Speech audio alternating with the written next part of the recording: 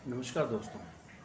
क्या आप जानते हैं कि एक ग्रह ऐसा है जो आपकी कुंडली में बहुत उथल पुथल मचा सकता है।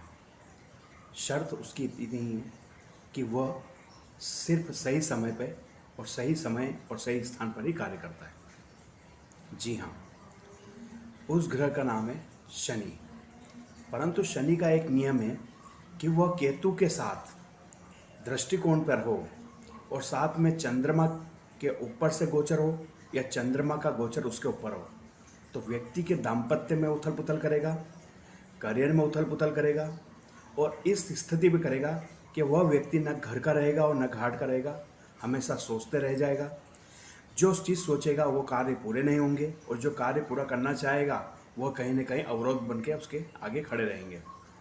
हालांकि इस चीज़ को एक ही चीज़ से सुलझाया जा सकता है और वह है जुपिटर। बृहस्पति देव का अगर दृष्टिकोण शनि के ऊपर चला जाए और कहीं ना कहीं शुभ दृष्टि एक तरीके से नवम या सप्तम मिल जाए तो वह व्यक्ति का कार्य को अवरोध नहीं होने देगी। अन्यथा दाम्पत्य में प्रॉब्लम, करियर में प्रॉब्लम, जॉब से रिलेटेड प्रॉब्लम और आर्थिक समस्या, चारों ही चीज़ एक साथ देगा। शनि का मैंने अभी तक हालांकि बहुत सी कुंडलियों में देखा है कि कहीं ना कहीं दाम्पत्य में गोचर का अनुसार परेशानी ज़्यादा आ रही है।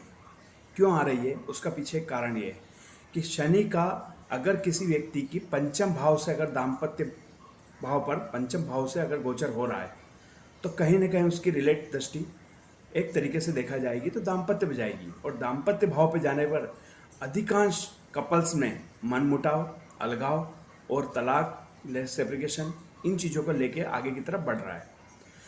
अगर उसके ऊपर सोने पर सुहागा ये हो गया कि अगर जुपिटर की दृष्टि है जब तो कार्य बिगड़ने नहीं देंगे। वो चाहे बृहस्पति देव तीसरी भाव से बैठकर पंचम दृष्टि से देखे, चाहे लग्न में बैठ के सप्तम को देखे, एक तरीके से कहीं ना कहीं उस चीज़ को बचा सकते हैं। एकादश में बैठकर भी देख सकते हैं।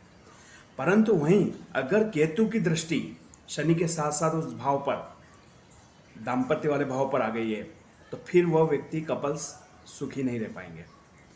बहुत सी चीज़ें उन्हें परेशान करते रहेगी और वह एक तरीके से उन्हें अलग दृष्टिकोण पे एक तरीके से एक दूसरे के विरोध में लेके जाएगा। हाँ, ये जरूर है कि शनि और केतु का सामंजस्य गुरु के साथ अगर कॉम्बिनेशन में होता है तो वैराग्य को दे देता है।